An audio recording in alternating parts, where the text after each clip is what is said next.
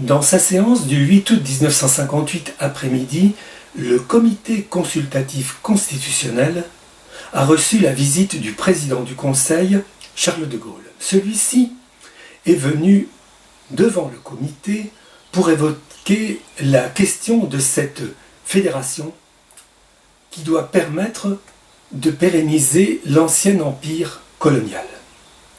À peine Charles de Gaulle est-il parti qu'un vent de fronde, que nous commençons à bien connaître, s'élève au beau milieu de l'auguste comité. C'est Pierre-Henri Tedgen qui donne le ton. Je cite : « Je demande au comité de décider que nous trouverons mardi matin sur notre bureau et à nos places les textes qui ont été votés. » Fin de citation. Ainsi, la fois précédente, il s'agissait d'avoir accès aux relevés analytiques des discussions qui avaient eu lieu en séance. Désormais, et c'est beaucoup plus important, il s'agit tout simplement des contenus modifiés par le comité de la nouvelle constitution. Des contenus modifiés à la suite d'un vote du comité consultatif lui-même. Voici la réponse que fait le président du comité, Paul Reynaud. Je cite : « J'ai déjà posé la question dans le même sens que vous au garde des Sceaux, c'est-à-dire à Michel Debré. Il m'a répondu : vous savez très bien que si l'on distribue 39 exemplaires... » Fin de citation. Vient le tour de Paul Costefleuret. Il nous permet de constater comment, dans le cas précédent, le comité avait plié devant des injonctions tout juste bonnes pour ce que Robert Brunel appelait les écoliers. Je cite Paul Costefleuret. « Mais, Monsieur le Président, nous ne demandons pas le texte de la discussion. Pour le texte de la discussion, l'argumentation de Monsieur le garde des Sceaux est parfaitement justifiée.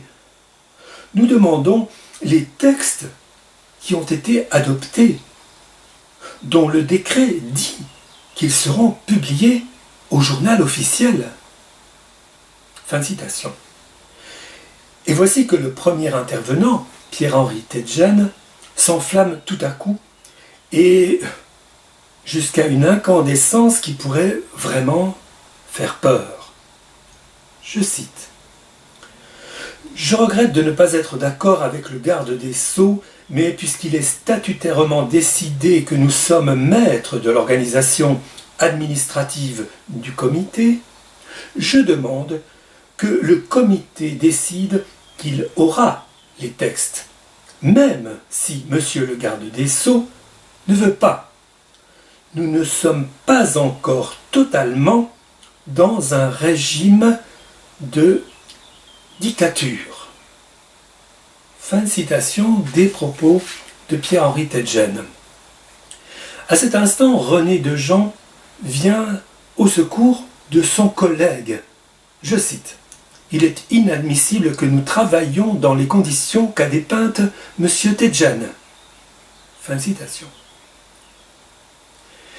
Il y a ensuite l'argumentation puérile du président Reynaud qui va déclencher un véritable feu croisé des deux derniers intervenants.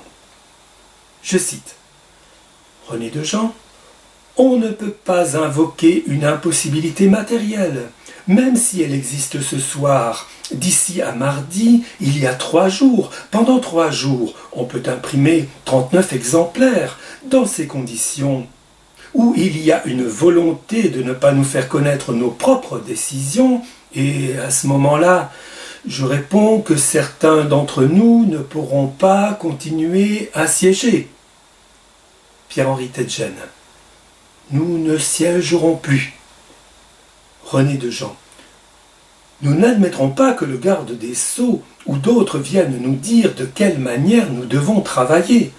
Ce n'est pas possible. Il faut à tout prix que nous ayons ces textes mardi. le résumé des amendements votés. Fin de citation. Le résumé?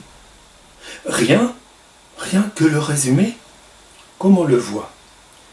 Et d'abord, sur quelques points de procédure, ces personnages-là n'ont plus rien à opposer à la dictature.